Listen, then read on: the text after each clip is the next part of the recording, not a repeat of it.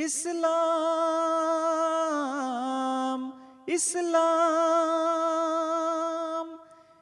Islam, Islam, Islam, Islam, Islam, Ahmadiyat, Ahmadiyat, Ahmadiyat. Assalamualaikum warahmatullahi wabarakatuh, pemirsa MTA dimanapun Anda berada. Senang sekali saya Yogi Arida bisa menemani Anda dalam program acaranya Ahmadiyah Islam. Islam ya Ahmadiyah. Sekarang kita akan membahas mengenai rukun iman yang keenam, yaitu iman kepada qada dan qadar. Lagi-lagi pasti saya akan ditemani oleh narsum saya yang memang dari segi ilmunya ini luar biasa sekali, dan orang-orang nih pasti pada nggak sabar untuk apalagi yang akan diceritakan oleh beliau. Langsung saja kita panggil Bapak Maulana Bilal. Silakan Pak. Assalamualaikum. Waalaikumsalam warahmatullahi wabarakatuh. Kayaknya kita udah ditakdirkan nih ketemu lagi. Iya nih, aduh. Kayak lagu, jangan deh, lagi viral lagunya lagi. Jangan nanti aja spill ya. Jangan. Pak, gimana? Sehat hari ini? Alhamdulillah sehat. Cerah terus kayaknya nih Bapak nih. Tadi di jalan hujan. Hujan? Oh, Ya, kirain bagian. pakai apa nih? Maksudnya wajahnya. Wajahnya. Itu pakai skincare apa air wudhu? Tipsnya dong. Double ya. Double. Luar biasa. Berarti emang air wudhu tuh bisa menjernihkan, selain menjernihkan hati, bisa menjernihkan wajah ya Pak? Masya Allah. Masya Allah. Pak, kita ini mau bahas pasti tentang rukun iman ini kita udah bahas dari 1 sampai sekarang nih yang terakhir nih ya, qada dan qadar ya. Tapi sebelum itu nih, saya mau ganti tema ini dulu, background biasa. Ini kan background yang kemarin kita setting ya. Saya belum lupa ini. Oke. Boleh kita ganti dulu deh sekarang. Iya. Oke. Nah, kayaknya tadi bukan ini kok, tiba-tiba ini. Tadi saya udah berpikir. Tiba-tiba ini, aduh. Nah, kalau kaget, tadi kan kaget saya. yang sebelumnya kan dikasih lihat dalamnya. Nah, sekarang yang dikasih lihat atasnya. Oh iya. Ini kalau nggak salah air mancur sebelum jadi air mancur Bogor yang sekarang nih dulu begini Pak. Oh gini ya. Oh banyak tulipnya ya. Banyak tulipnya dulu, emang bagus dulu Bogor kan. Iya. Tapi kita balik lagi ke tema nih, iman kepada qada dan qadar. Iya. Apa sih pengertian secara ringkasnya itu iman kepada qada dan qadar itu? Iya, kalau kita melihat rukun iman yang terakhir ini ya, rukun iman ini ada 2 hal yang menjadi pembahasan. Yang pertama itu qada dan yang kedua adalah qadar. Ya. Qada itu kan artinya kalau secara kamus artinya ditentukan atau diputuskan atau ditetapkan. Sedangkan qadar itu sendiri artinya adalah bisa takdir, bisa nasib, gitu. bisa juga ketentuan. Tapi kalau secara kata qadar itu artinya juga usaha atau usaha ya, berusaha ya. Qadar itu kalau secara kata. Nah, kalau secara pengertian rukun iman yang keenam ini adalah kita sebagai seorang muslim itu diperintahkan untuk meyakini bahwa Allah Subhanahu wa taala adalah Tuhan yang menentukan segala sesuatu terhadap hamba-hambanya. Ya, jadi kita harus meyakini itu. Baik dan buruk manusia ya, yang apa yang dihadapi oleh manusia, apa yang dialami oleh manusia itu semuanya berada dalam kekuasaan Allah Subhanahu wa taala ya. Terlebih terlepas dari nanti pembahasannya misalkan apakah ini akibat ulah dari manusia sendiri ataukah memang ini ada takdir khas dari Allah Subhanahu wa taala. Nah, itu ada 2 hal yang berbeda. Oke, baik. Ya seperti biasa sih, kita ini ada pertanyaan dari rakyat penasaran. Alhamdulillah. Kreatif rajin ini nanya. Pasti dong. Nah, ini pertanyaan saya, dari mana nih yang nanya? Iya, seperti biasa. Harapan saya selalu cinta tanah air. Dari kota mana? Dari Bekasi dong. Coba kita cek. Kita lihat di rakyat penasaran, Pak. Silakan. Halo, nama saya Nanda dari Bekasi. Nah, saya punya pertanyaan buat Ahmadiyah. Apakah Ahmadiyah itu mengimani qada dan qadar? Lalu bagaimana caranya Ahmadiyah itu mengimani qada dan qadar?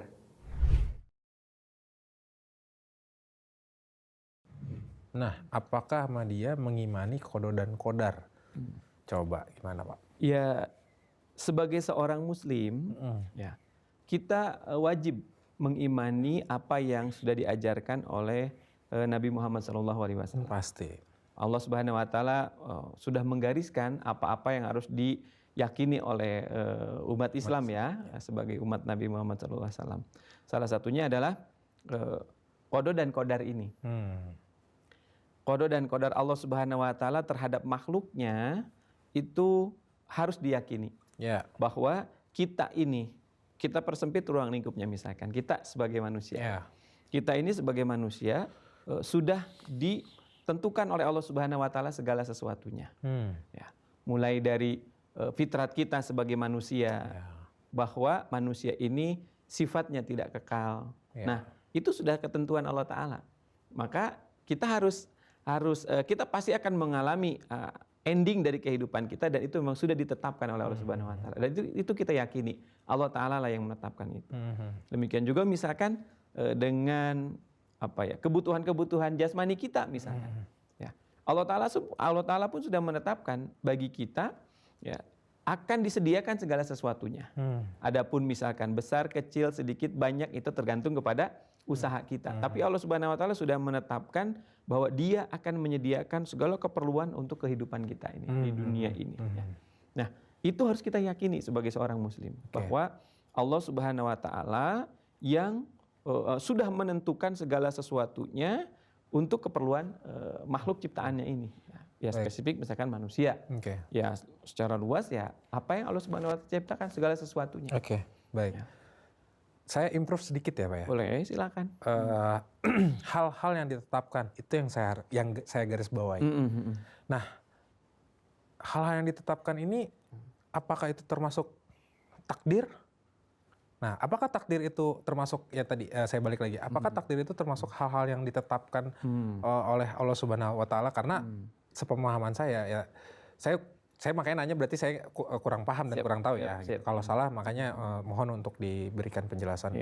Apakah takdir ketika sudah disebutnya takdir itu adalah hal-hal yang ditetapkan dan masuk ke tadi berarti qada dan qadar.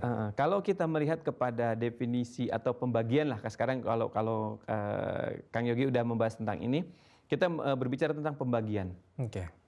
Berkenaan dengan qada dan qadar ini yang kita pahami ya sebagai seorang muslim, kita yakini yang pertama itu ada ketentuan Allah Subhanahu wa taala yang sifatnya itu absolut, mutlak. Ya, mutlak. Ya. Atau yang biasa misalkan di pondok atau di masjid, anak-anak madrasah suka diajarkan tuh ya, anak-anak madrasah yang disebut dengan takdir mubrom. Ya. Itu absolut. Contoh misalkan gini, contoh yang absolut ya. Kita sebagai makhluk ciptaan Allah Ta'ala sudah menetapkan di dalam Al-Quran, kullu man 'alaiha fan. Segala sesuatu yang bernyawa itu pasti akan mati. Nah, itulah takdir mubromnya manusia. Ya, takdir mubromnya makhluk hidup. Jadi Allah Ta'ala sudah menetapkan, itulah takdir yang absolut. Manusia itu, hewan, ya tumbuhan, pokoknya segala sesuatu yang bernyawa, Allah Ta'ala sudah menetapkan, sudah menakdirkan kullu man 'alaiha fan. Jadi segala sesuatu yang bernyawa ini pasti akan selesai, akan binasa, akan habis gitu ya masanya. Adapun misalkan kapannya, nah itu kembali kepada kita. Nah, ini sebagai permisalan ya, orang yang kembar identik ya. Kembar identik. Misalkan dia lahir cuma beda beberapa menit ya, dengan saudaranya, tapi dia misalkan punya habit yang berbeda ya, antara yang lebih lahir beberapa menit lebih awal dengan yang terakhir. Nah, itu sudah berlaku hukum manusia itu sendiri sebagai untuk usaha dia dalam menjalani kehidupan. Ya. Nah, kalau takdir yang absolutnya, setiap manusia pasti akan meninggal, akan wafat, akan mati. Ya. Nah, adapun kapannya, nah itu kembali kepada manusia itu sendiri. Apabila dia mau menjaga kesehatan dengan baik, ya, menjaga ya kesehatan dengan baik, pola hidupnya bagus gitu Iya, kan. iya. Kemudian hal-hal yang membahayakan kehidupan itu misalkan dia hindari. Ya insya Allah Ta'ala itu akan lebih akan berbeda dari orang yang apa istilahnya kalau bahasa kita tuh bukan serabutan apa ya, terserah dia gitu Iya, hidupnya. iya, Dia mau makan apa, dia mau tidur jam berapa, dia mau aktivitas apa gitu kan. Misalkan dia hobinya parkur gitu kan. Parkur kebayang kan. Kalau orang hobinya parkur misalkan, waduh, kan itu udah otomatis tuh Iya. pasti akan berbeda sekali. Betul, Nah, betul. ini kan memberikan satu gambaran ya. Nah, itu sesuatu yang bersifat absolut ya, yang mutlak. Nah, yang keduanya adalah tadi takdir yang bersifat mu'alak. Mu'alak itu artinya sesuatu yang mengambang. Mengambang dalam arti begini, ya semua kembali ke kita. Iya. Ya, Allah Ta'ala sudah menetapkan bahwa setiap manusia, setiap makhluk itu punya rizkinya masing-masing. Iya, iya. Kan rizki kan ada di tangan Tuhan kan. Itu yang absolutnya. Bahwa setiap makhluk itu punya rizki. Buktinya apa? Dia bisa hidup. Iya. Ya. Adapun besar, kecil, sedikit, banyak, nah itu kembali kepada Pada kita. dirinya. Dirinya, Nah itulah yang mu'alaknya. Iya. Kalau rizkinya itu absolut dari Allah Ta'ala. Hmm. Ya. Nah jadi inilah dua jenis takdir yang oleh kita ya di dalam Islam ini harus kita yakini bahwa Ya. Allah Subhanahu Wa Ta'ala sudah menentukan segala sesuatunya untuk kita, untuk makhluk hidup yang sudah Allah Ta'ala ciptakan ini, dan selebihnya banyak, sedikit, kecil, besarnya itu semua kembali kepada kita. Oleh karena itu dalam memahami takdir harus kita pahami demikian. Ya. Jangan dikatakan, wah saya miskin mungkin udah dari sananya oleh Allah Ta'ala digariskan miskin. Udah ditetapkan. Ada istilah yang keren tuh. Iya. Lahir miskin itu tidak salah. Tapi kalau sampai tua kita miskin itu pasti ada yang salah dari kamu. Betul, betul.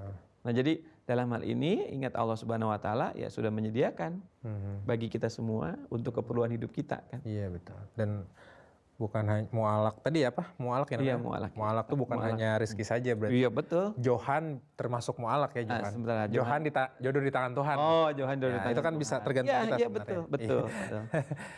Baik, kita masuk ke amplop bertanya sekarang Pak, kayak biasa untuk segmen terakhir. Nah, ini harusnya sih tadi ngebriefingnya krunya harusnya pakai jas. Oh. Cuma menolak. Oh Dia gitu pakai ya. tetap pakai jaket ya. Iya. Biar lebih hangat ya. Ari Lesmana ya? Bukan.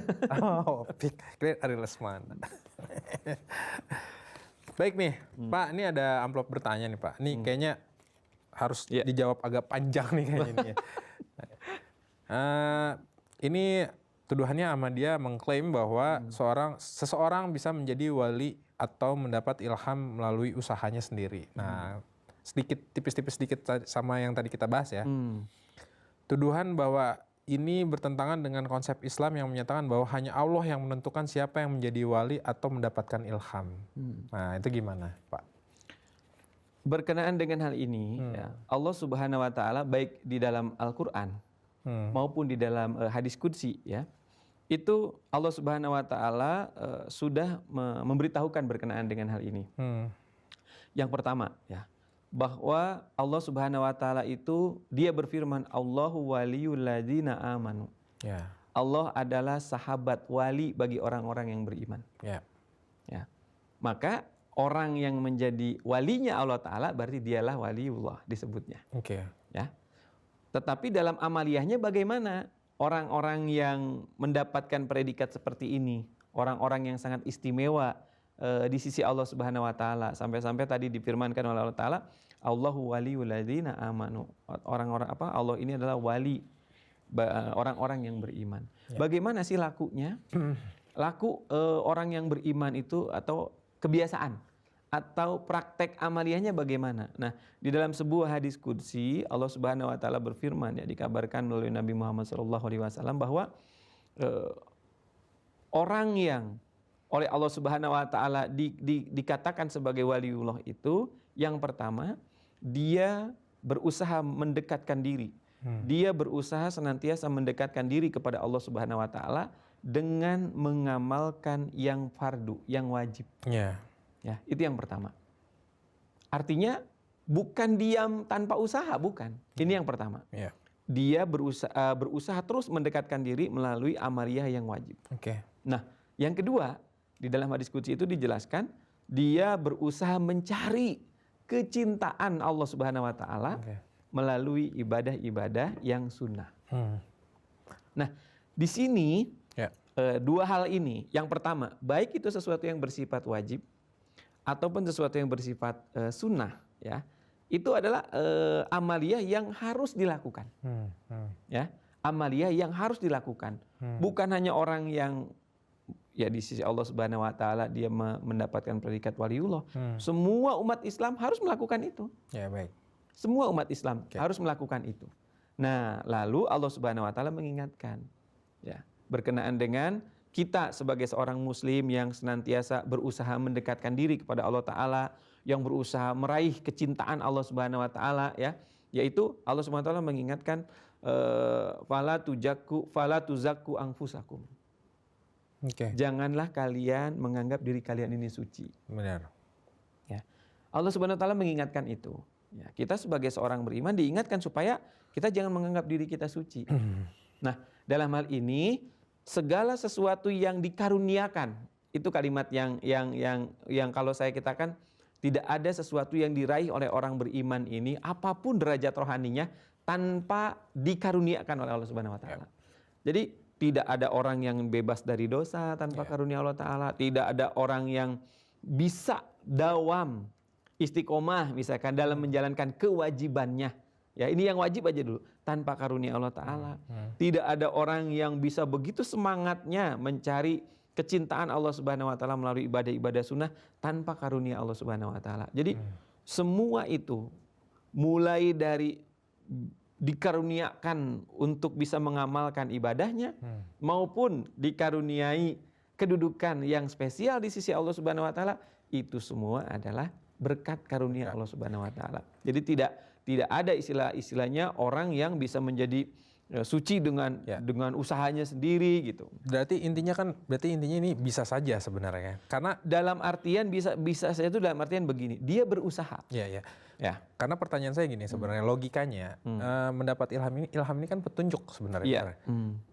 Mungkin tadi Bapak menjelaskan secara teori lah, tapi yang tadi saya tangkap karena yang tadi kenapa saya tanya mendapat ilham ini kan petunjuk. Kita kan ada mau sholat istikharah. Nah, itu kan mendapat petunjuk berarti kita. Secara tidak langsung mendapat ilham dong. Atas semua tadi usaha kita untuk mendekatkan diri yang Bapak bilang tadi, amal-amalan kita supaya kita mendapat petunjuk dari semua atas doa-doa kita. Itu kan ya Pak ya? Betul nggak? Ini juga harus yang pertama kita garis bawahi. Kita mengamalkan istikharah. Itu kan salah satu bentuk usaha kita. Betul. Ya kan? Bentuk usaha kita melaksanakan apa? Ibadah yang sunnah. Dengan harapan kita dikaruniai oleh Allah Subhanahu wa taala petunjuknya. Iya, betul. Betul. Sekali lagi, ada nggak orang yang salat istikharah tapi tidak diberikan mimpi apapun misalkan? Ada. Bukan ada lagi, bisa jadi banyak. Banyak, iya. Ya. Mungkin kalau kita berbicara tentang itu cara Allah Subhanahu wa taala memberikan jawaban, mungkin itu jawabannya. Tapi kan bentuknya sama sekali tidak ada sesuatu yang istilahnya kalau kita ngomongin ilham atau mimpi yang benar gitu kan, tidak ada dalam bentuk itu. Betul. Nah, ini pun kan menandakan bahwa jawaban dalam bentuk ilham atau mimpi yang benar itu juga merupakan karunia. Ketika tidak dikaruniai oleh Allah taala, walaupun kita sholat istikharah misalkan, ya Allah taala tidak memberikan jawaban dalam bentuk ilham ataupun mimpi-mimpi yang benar.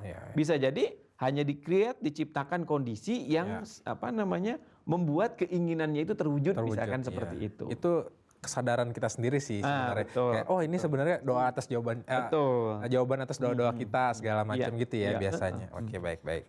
Nah, ini yang kedua nih Pak ya. Ahmadiyah memahami ujian Allah sebagai hukuman atau kelebihan tertentu.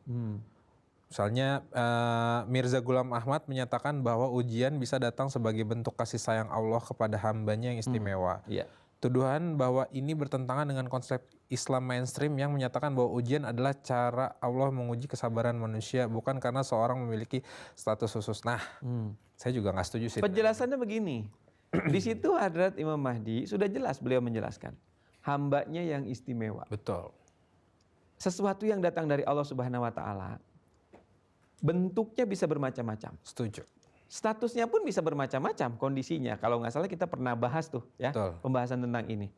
Yang pertama misalkan buat orang yang dia itu misalkan durhaka, Betul. ya. Terus Allah Subhanahu wa taala menurunkan atau menurunkan sesuatu kepada orang itu dalam bentuk sesuatu yang tidak disukai. Ini yang paling mudah dipahami. Ya. Yang tidak disukai olehnya, maka sesuatu itu posisinya, statusnya adalah apa? Hukuman. Hukuman. Oke. Karena apa? Karena dia posisinya sebagai orang yang durhaka. Ya, ya. Tapi ada orang yang dalam posisi dia itu misalkan lalai. Dia tidak sampai masuk kategori orang yang durhaka, tapi dia hanya lalai. Maka kemudian Allah Subhanahu wa taala memberikan sesuatu, menurunkan sesuatu yang tidak dia sukai. Maka posisinya, statusnya yang tidak dia sukai itu bukan hukuman, Ya. tapi apa? Bisa teguran, Teguran. Ya. bisa peringatan. Ya. Udah beda tuh statusnya. Ya. Nah, begitu juga dengan orang yang orang-orang yang dia sedang berusaha untuk istiqomah Ya. di dalam menjalankan perintah-perintah Allah Subhanahu wa taala. Dia sedang berusaha untuk istiqomah dalam mendekatkan dirinya kepada Allah Subhanahu wa taala. Nah, lalu Allah Subhanahu wa taala memberikan sesuatu kepada orang itu, Ya. baik yang bentuknya dia suka ataupun yang dia tidak suka, katakanlah yang paling mudah Ya. dipahami ya. Maka pada posisi orang itu adalah ujian. Baik. Nah, ini sesuai dengan hadis Nabi. Sesuai dengan hadis Nabi. Di dalam hadis Nabi Muhammad SAW bersabda, "Idza ahabballahu qauman ibtalahum." Apabila Allah Subhanahu wa taala mencintai suatu kaum, ibtalahum, Allah taala akan menguji mereka. Betul. Jadi dalam konteks Allah taala mencintai mereka, orang itu pun sedang berusaha meraih kecintaan Allah taala, maka sesuatu yang datang dari Allah taala itu walaupun bentuknya sesuatu yang kalau secara umum dikatakan tidak enak atau musibah gitu ya. Ya. Itu sebagai tanda cinta. Baik, baik. Ya, sebagai tanda cinta. Baik, Pak. Gitu. Sebenarnya jujur ya, season ini dari semua season atau semua episode ini yang saya paling menghayati. Satu, karena ini relate dengan kehidupan saya di mana saya pernah terpuruk, saya merasa ini hukuman ya buat saya, tapi ternyata ini bukan hukuman. Ini tuh kasih sayang Allah Subhanahu wa taala. Dia mau tahu sampai mana batas saya bisa mencintai Allah Subhanahu wa taala. Kan dengan gitu saya harus banyak berdoa dan sabar saya diuji segala macam. Bukan teguran, bukan. Bukan teguran, saya menganggap itu bukan teguran. Nah, saya nggak bisa jawab nih pertanyaan ya dari kakak saya sendiri waktu itu bilang, saya nganggapnya itu bukan ujian dia bilang, tapi cobaan, karena ujian itu buat orang-orang yang terpilih. Tapi saya waktu itu sempat balas, kenapa saya bilang ujian? Karena saya orang-orang terpilih, sambil bercanda ya. Tapi lebih relate-nya tuh kayak gimana sih Pak sebenarnya antara yang tadi cobaan dan ujian tadi gitu? Ketika kita mencoba untuk mencari status, bahasanya gitu ya. Status dari apa yang Allah Subhanahu wa taala berikan kepada kita, ya.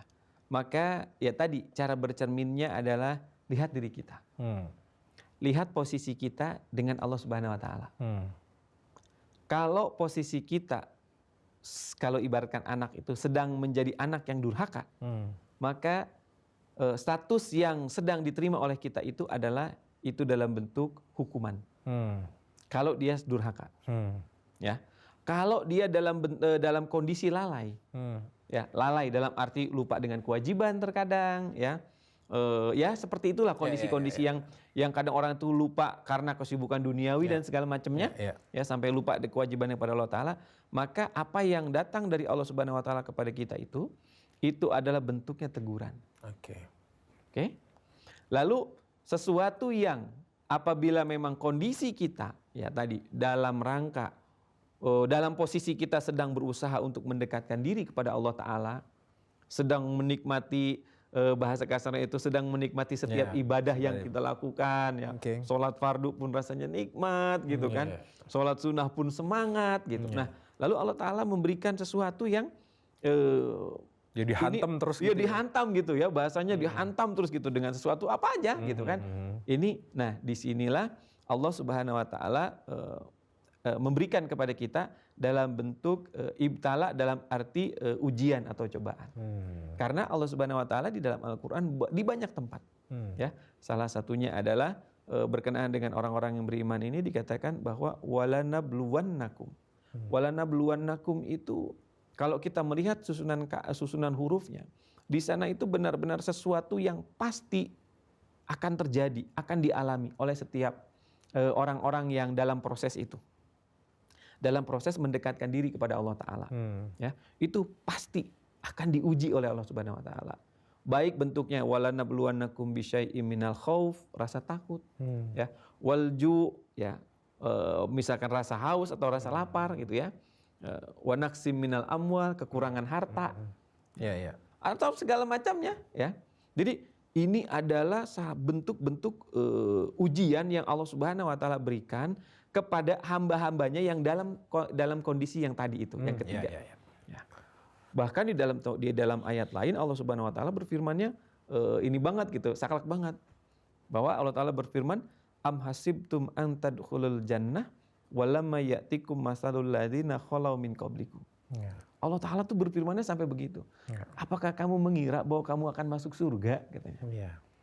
Padahal belum datang kepadamu, ya, ujian sebagaimana orang-orang yang dahulu, ya, mereka diuji gitu sebelum kamu. Jadi ada standar khusus gitu dari Allah Subhanahu Wa Ta'ala kalau memang kondisi kita adalah orang-orang yang mengaku beriman, sedang mendekatkan diri kepada Allah Ta'ala, sedang rajin-rajinnya menjalankan yang sunnah gitu. Itu memang sesuatu yang pasti akan dialami ya oleh manusia. Nanti kita ulas lebih lanjut ya. Tapi minimal saya udah punya pegangan jawaban ke kakak saya sendiri dalam kondisi tertentu tadi, Pak. Baik, Pak Bilal, mudah-mudahan kita bisa ketemu lagi di episode selanjutnya, terutama bahas tentang yang ini nih. Kayak seru sih menurut saya, ini season episode paling ya karena relate aja dengan kehidupan gitu, Pak Bilal. Baik, pemirsa MTA, demikian pembahasan tentang kodo dan kodar di rukun iman yang ke-6. Mudah-mudahan apa yang tadi Pak Bilal, bukan kita, Pak Bilal sampaikan, mudah-mudahan bermanfaat untuk pemirsa MTA, ilmu-ilmu juga nasihat-nasihatnya juga bisa direalisasikan untuk di kehidupan sehari-hari gitu. Dan jangan lupa juga nonton khutbah huzur setiap Jumat malam ya, Jumat malam, dan pastinya juga program kita juga harus ditonton karena makin seru aja nih program kita. Baik pemirsa MTA, saya Yogi Arida dan narsum saya yang sangat kece ini, Pak Bilal, undur diri setelah kru MTA di acaranya Ahmadiyah Islam Ya Ahmadiyah. Assalamualaikum warahmatullahi wabarakatuh. Waalaikumsalam.